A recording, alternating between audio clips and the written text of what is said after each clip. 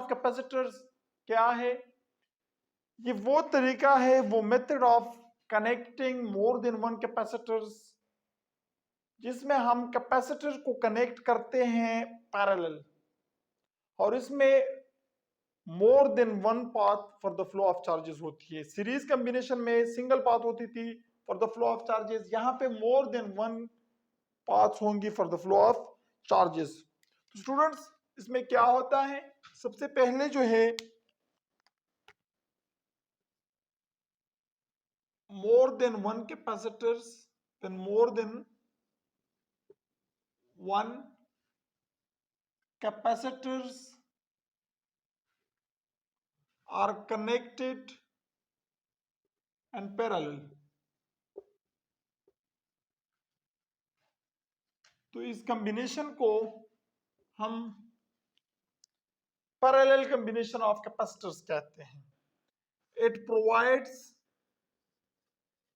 more than one path for the flow of charges, provide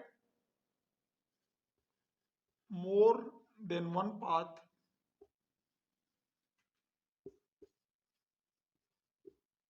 for the flow of charges। Students, किस तरह से, suppose ये कोई capacitor है, इसको मैं C1 का नाम देता हूं, और ये कोई दूसरा कैपेसिटर है, हम दो के लिए इसको एक्सप्लेन करते हैं।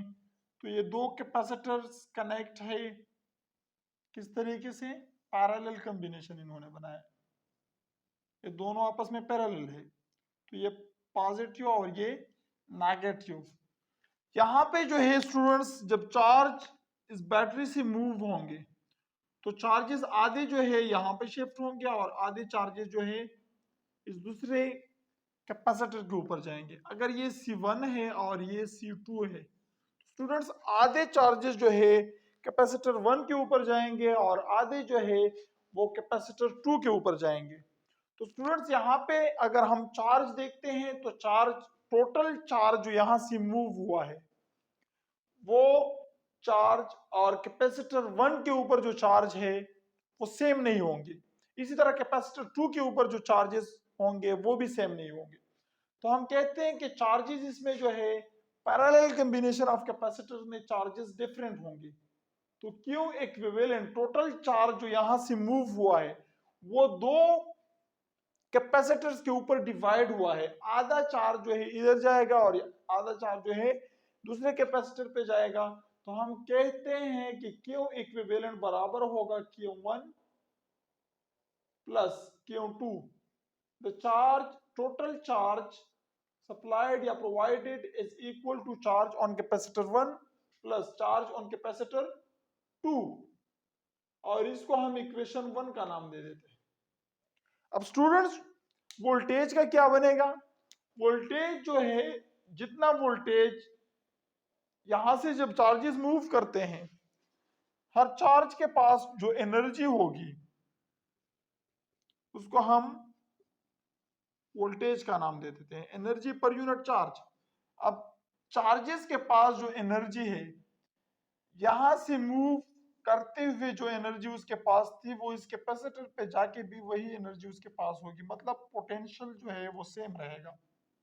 और इसी तरह इस प्लेट के ऊपर जब जाता है चार्ज, क्योंकि रास्ते में किसी कैपेसिटर या किसी दूसरे उससे पास नहीं हुआ है, इसलिए चार्ज के ऊपर जो एनर्जी होगी वो एनर्जी का लॉस नहीं हुआ है, तो इसलिए हम कहते हैं कि voltage will remain the same. तो इसलिए हम कहते हैं कि V इक्विवेलेंट हमेशा के लिए बराबर होगी पैरेलल कॉम्बिनेशन में V1 के, और V1 बराबर होगी वोल्टेज एट कैपेसिटर 2, और इन तीनों को हम सैंपल V से डिनोट कर सकते हैं।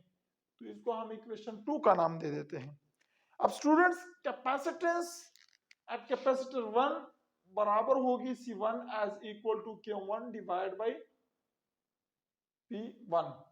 अब अगर हम चार्ज की बात करते हैं, क्योंकि चार्ज सेम नहीं है इसलिए हम चार्ज की बात करते हैं कि कैपेसिटर 1 के ऊपर चार्ज कितनी होगी।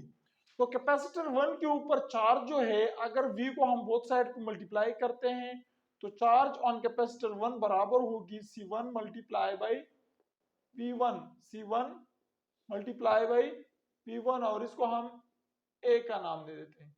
इसी तरह चार्ज ऑन कैपेसिटर 2 बराबर होगी C2 मल्टीप्लाई बाई V2 की, और इसको हम B का नाम दे देते हैं। इसी तरह चार्ज इक्विवेलेंट चार्ज भी बराबर होगी C equivalent multiply by V equivalent की, और इसको हम C। तो put equation A, B and C and equation number 1। Equation number 1 में अगर हम इन तीनों को पुट कर लेते हैं तो we can easily find out the total capacitance. तो यहाँ पे Q इक्विवेलेंट की जगह आएगा C equivalent multiply by V equivalent. Q1 की जगह आएगा C1 मल्टीप्लाई बाई V1, और Q2 की जगह आएगा C2 मल्टीप्लाई बाई V2। तो ये हमारे पास इक्वेशन बन जाता है। अब students from equation 2 we can write equation 2 हमें क्या बताती है? इक्वेशन 2 हमें ये बताता है कि V इक्विवेलेंट को हम सिंपली V कह सकते हैं, क्योंकि ये V के बराबर हमने लिया हुआ है। V1 को भी हमने V के बराबर लिया हुआ है, V2 को भी हमने V के बराबर लिया हुआ है। मतलब इस इक्वेशन में जहां पे V इक्विवेलेंट है वहां पे मैं V लिख सकता हूँ, V1 की जगह भी मैं V लिख सकता हूँ, और V2 की जगह भी मैं V लिख सकता हूँ। मतलब ये है कि वोल्टेज जो है, यहाँ पे वोल्टेज, यहाँ पे वोल्टेज, और यहाँ जो वोल्टेज है वो सेम है, तो इसलिए हम सिंपली V पुट कर सकते हैं। तो लिहाजा इक्वेशन 3 जो है ये बन जाएगा C equivalent multiply by V बराबर होगा C1 multiply by V plus C2 multiply by V। इन दोनों से हम V को कॉमन ले सकते हैं, तो C equivalent multiply by V, और इसी तरह V को कॉमन ले तो C1 प्लस C2 ये हमारे पास आ जाता है। और यहाँ पे जो है बोथ साइड पे V को हम कैंसिल कर सकते हैं, तो लिहाजा C इक्विवेलेंट बराबर होगा C1 प्लस C2 के, और यह हमारे पास लास्ट में रिलेशन आ जाता है finding out the equivalent capacitance of capacitors connected and series, connected and parallel में जब हम कैपेसिटर मोर देन वन कैपेसिटर्स जब भी हमने उनके इक्विवेलेंट कैपेसिटेंस मालूम करनी हो तो इस रिलेशन के जरिए हम फाइंड कर सकते हैं। ये 2 के लिए है, अगर हमारे पास 3 कैपेसिटर्स पैरेलल में कनेक्टेड है तो उसके लिए हम ये रिलेशन इस्तेमाल कर सकते हैं। अगर 4 कनेक्टेड है तो उसके लिए हम C2, C3 और इसी तरह से C4 इसके जरिए हम फाइंड आउट कर सकते हैं। तो इसलिए for n number of capacitors, for n number of capacitors connected in parallel, तो उसके लिए हम C इक्विवेलेंट बराबर होगा C1 plus C2 plus C3, या सैंपली यहां से प्लस Cn। तो इस रिलेशन के जरिए जो है हम फाइंड आउट कर सकते हैं equivalent capacitance of capacitors, n number of capacitors connected parallelly या कनेक्टेड इन पैरेलल। तो स्टूडेंट्स आज के इस लेक्चर में हमने क्या देखा कि पैरेलल कॉम्बिनेशन ऑफ कैपेसिटर्स क्या होती है। जब more than one capacitors connected हो पैरेलली या पैरेलल में कनेक्टेड हो, ये मोर देन वन पाथ हमें प्रोवाइड करते हैं for the flow of charges. जब charges more than one path में फ्लो होगी तो टोटल चार्ज जो हम सप्लाई करते हैं टू द कैपेसिटर्स वो बराबर होगी किस चीज की? Charge at capacitor 1 plus charge at capacitor 2। जिनके पाथ जो है वो डिफरेंट है, इसलिए चार्ज जो है इस तरफ भी मूव करेगी और दूसरे कैपेसिटर की तरफ भी मूव करेगी, तो आधा चार्ज जो है यहाँ पे जाएगा तो आधा इधर जाएगा। इसलिए हम कहेंगे कि टोटल चार्ज बराबर होगी charge stored at capacitor 1 plus charge stored at capacitor 2। total charge stored वो इन दोनों के सम के बराबर होगा। और इसी तरह वोल्टेज जो है वो सेम रहेगा, क्योंकि यहाँ पे जो वोल्टेज है और यहाँ पे जो वोल्टेज है वो दोनों सेम रहेगा। इसके इक्विवेलेंट वोल्टेज के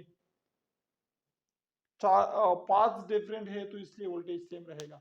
अब स्टूडेंट्स, कैपेसिटेंस एट कैपेसिटर 1, चूंकि कैपेसिटेंस हमारे पास बराबर है C is equal to K1 divide by V1, तो capacitance eight 1 K1 divide by V1।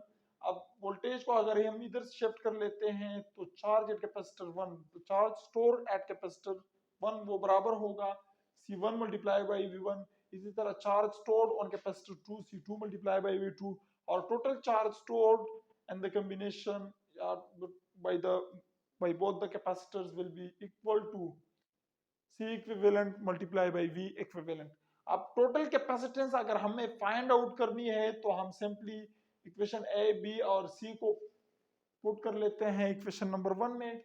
तो C equivalent V equivalent C1 V1 plus C2 V2 के बराबर होगा। अब चूंकि हमें इक्वेशन 2 बताता है कि वोल्टेज अगर इक्विवेलेंट वोल्टेज है या V1 है या V2 है, तो हम चूंकि तीनों सेम है तो इसलिए हम इनकी जगह सैंपली V पुट कर सकते हैं।